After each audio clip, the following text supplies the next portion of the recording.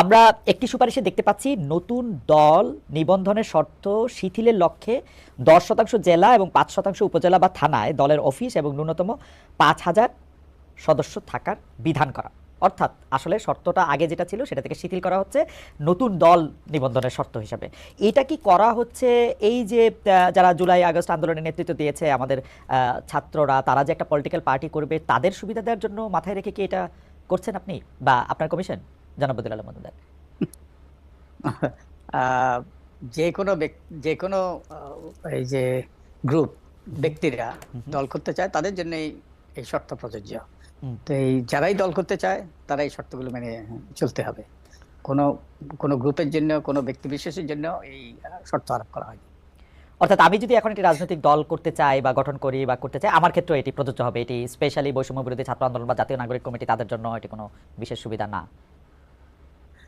নিঃসন্দেহে তাদের কারোর জন্য বিশেষ সুবিধার জন্য না। বহুদিন থেকেই রাজনৈতিক দলগুলোর পক্ষ থেকে দাবি উঠছিল যে নিবন্ধনের শর্তগুলো খুব কঠোর এবং তাদেরকে হাজার হাজার পৃষ্ঠার সেই তথ্য দিতে হয় এবং তাদের পক্ষে এগুলো মানা দুরূহ, যার ফলে নতুন দল সৃষ্টির পথ রুদ্ধ হয়ে যায়, নতুন নেতৃত্ব বিকাশের পথ সীমিত হয়ে যায়। তো এই জন্যই আমরা এই যে এটা একটা ব্যাপক দাবি ছিল রাজনৈতিক দলের পক্ষ থেকে, তো সেই জন্য আমরা শিথিল করেছি। ওকে, আরেকটি কমিশনের আরেকটি প্রস্তাবের মধ্যে আমি দেখতে পাচ্ছি বা সুপারিশের মধ্যে আমি দেখতে পাচ্ছি আইসিটি বা আন্তর্জাতিক অপরাধ ট্রাইব্যুনালের আইনে সাজাপ্রাপ্ত সকল ব্যক্তিকে কোনো দলের সাধারণ সদস্য বা কমিটির সদস্য আর অযোগ্য করা। স্যার, আমাদের প্রশ্ন হচ্ছে যে এই ক্ষেত্রে কি এই আইসিটির 5 আগস্টের পরে নতুন যে আইসিটি যেভাবে কাজ করতেছে তাদের সিদ্ধান্তর এইটা প্রযোজ্য হবে নাকি আগেরটাও প্রযোজ্য থাকবে?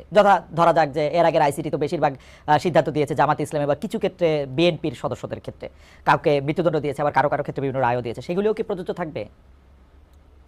আইসিটির মামলায় যারা সাজাপ্রাপ্ত হয়েছে এটি তাদের সকলের বিরুদ্ধে প্রযোজ্য হবে। এটি তাদের মানে আগের পরের এখনকার সেগুলি সকলের বিরুদ্ধে প্রযোজ্য হবে? সকলের বিরুদ্ধে প্রযোজ্য হবে। স্যার, একটু যদি আরেকটা ব্যাপারে যদি একটু বলতেন যে মানে কেন এই প্রস্তাবটা করা হয়েছে, যে সেটা হলো দলের সাধারণ সদস্যদের তালিকা প্রস্তুত করে তা ওয়েবসাইটে প্রকাশ করা এবং উক্ত তালিকা প্রতি বছর একবার হালনাগাদ করা, মানে এইটা কেন, মানে এই প্রসেসটার মধ্যে দিয়ে? এর একটা বড় কারণ হলো অনেকে উড়ে এসে জুড়ে বসে। আচ্ছা, অনেক সুযোগ সন্ধানী কিংবা বসন্তের কুকিল যেটাই বলতে চান, তারা এসে দলের মধ্যে অনেক সময় মনোনয়ন বাণিজ্য বিভিন্নভাবে তারা মনোনয়ন পেয়ে তারা দলের পক্ষে প্রতিদ্বন্দ্বিতা করে। তো যাতে যে দলের নেতা, দলের যারা ত্যাগী কর্মী, যারা দলের সাথে বহুদিন থেকে যুক্ত আছেন, তারাই যেন মনোনয়ন পায়, তারা যোগ্যতার ভিত্তিতে, দক্ষতার ভিত্তিতে এবং দলের সাথে লেগে থাকার যে ইতিহাস তার ভিত্তিতে। স্যার, এটা আপনার মনে হয় কিনা যে এইটা তো আসলে একটা পলিটিক্যাল পার্টির কাজ, তারা দলের কারে মনোনয়ন দিবে বা দলের সদস্য কাদের রাখবে বা তারা এটা করবে, আপনি যে স্যার এটা উপর থেকে একটু ঠিক করে দিতে চাচ্ছেন, এইটা ঠিক আসলে মানে মানে এই প্রসেসটা একটু টপ ডাউন হয়ে যেতেছে কিনা বা একটু এক্সট্রা, নাকি ঠিকই আছে স্যার? যে কোনো সমাজটা যদি সংঘবদ্ধভাবে এবং সুশৃঙ্খলভাবে পরিচালিত হয় তাহলে আমাদের কিছু বিধিনিষেধ আমাদের মেনে চলতে হয়। তো আমাদের নির্বাচন ব্যবস্থাকে যদি পরিচ্ছন্ন করতে হয়, কার্যকর করতে হয়, তাহলে আমাদের কিছু বিধিনিষেধ আমাদের আরোপ করতে হবে, যাতে সৎ ব্যক্তিরা, যোগ্য ব্যক্তিরা যারা জনকল্যাণে নিবেদিত তারা নির্বাচনে অংশগ্রহণ করার সুযোগ পায় এবং তারা জনগণের প্রতিনিধি হিসেবে নির্বাচিত হয়ে আসার সুযোগ পায়। তাই কিছু বিধিনিষেধ মানতেই হবে। এবং ওই যে নিবন্ধনের মূল উদ্দেশ্যটাই হলো যাতে যে গণতান্ত্রিক, স্বচ্ছ, দায়বদ্ধ গণতান্ত্রিক দল, সুশৃঙ্খল গণতান্ত্রিক দল যেন নির্বাচনে অংশগ্রহণ করে এবং জনগণের প্রতিনিধিত্ব করে। স্যার, একটা সুপারিশে আমরা দেখতেছি যে এটাকে সামারাইজ করলে এরকম বলা যেতে পারে যে দলের সাধারণ সদস্যদের গোপন ভোটে দলের স্থানীয় থেকে জাতীয় পর্যায় পর্যন্ত সকল কমিটি নির্বাচিত করা। তো সাধারণ সদস্যদের গোপন ভোটে স্থানীয় থেকে জাতীয় পর্যায় পর্যন্ত সকল কমিটি নির্বাচিত করাটাকে যখন আপনারা এটা আলোচনা করতেছেন, তখন কি মাথায় আপনাদের বিএনপি বা আওয়ামী লীগ বা যেটাকে আমরা পরিবারতন্ত্র বলি সেইটা ছিল, নাকি আরো অনেক কিছু ছিল? এবং এইটা স্যার একটু যদি ইলাবোরেট করেন যে বিএনপির এটা মানার কি কোনো কারণ আছে বা বিএনপি এটা কেন মানে? এটা সব দলের ক্ষেত্রে প্রযোজ্য, এটা প্রযোজ্য হবে। কারণ আমরা যে দল যদি গণতান্ত্রিক না হয় তাহলে আমাদের শাসন ব্যবস্থা গণতান্ত্রিক হবে এটা আশা করাও কল্পনা। আশা করা দুরাশা। তো আমাদের দলগুলোকে গণতান্ত্রিক হতে হবে এবং দলের মধ্যে যাতে যারা যারা মনোনয়ন পায় তারা যেন দলের সদস্যদের প্রতিনিধিত্ব করে।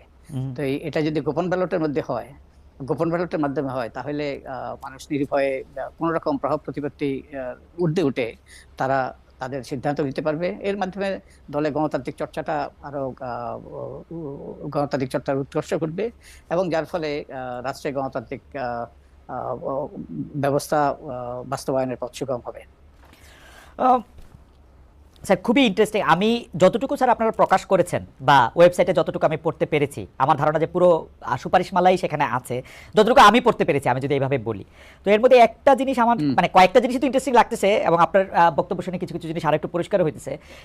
একটা প্রস্তাব আপনারা রাখছেন, সেটা হচ্ছে অনেকটা এরকম যে দলের সাধারণ সদস্যদের গোপন ভোটে প্রতিটা নির্বাচনী এলাকা থেকে সংসদ নির্বাচনের প্রতিদ্বন্দ্বিতার জন্য 3 জনের একটা প্যানেল তৈরি হবে এবং তা থেকে দলীয় মনোনয়নের বিধান রাখা হবে।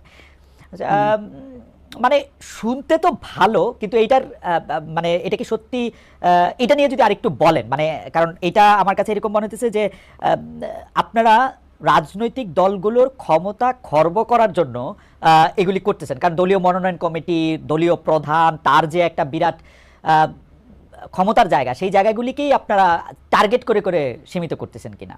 মানে আমি দলের এগুলো, জি স্যার আপনি বলেন। আপনি দলের মালিক কারা?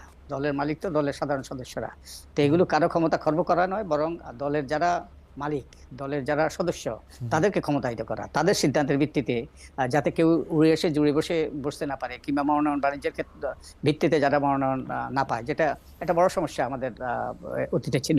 তো এই যাতে সত্যিকার গণতান্ত্রিক চর্চা হয় দলের অভ্যন্তরে, এবং দলে যারা ত্যাগী কর্মী আছে, দলে যারা দলের সাথে বহুদিন থেকে তারা লেগে আছে এবং তারা দলের নীতি আদর্শ যারা সমুন্নত রাখে, স্বচ্ছ ব্যক্তিদেরকে, সৎ ব্যক্তিদেররা যাতে নির্বাচিত হতে পারে, তারা যাতে মনোনীত হতে পারে, সেই সুযোগ সৃষ্টি করা। এটার অন্য কোনো উদ্দেশ্য নেই। আমি আগেই বলছি, আমরা যদি একটা গণতান্ত্রিক রাষ্ট্র চাই, তাহলে দলের মধ্যে গণতন্ত্র চর্চা হইতে হবে। দলের মধ্যে যদি গণতন্ত্র চর্চা না হয়, তাহলে এই আমরা একটা গণতান্ত্রিক বাংলাদেশ সৃষ্টি করব, এই আশা ও দুরাশা।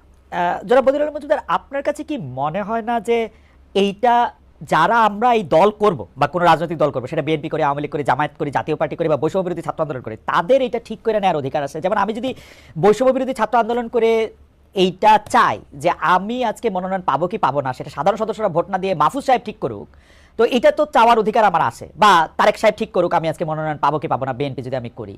মানে এই চাহিদা কি তৈরি হয়েছে দলের মধ্যে থেকে যে আমি তারেক সাহেবের নির্বাচিত না হয়ে, নাকি স্যার এটা অতীতে যেইভাবে হয়েছে, এর কারণেই তো আমরা 5ই আগস্ট, আমাদের 5ই আগস্টের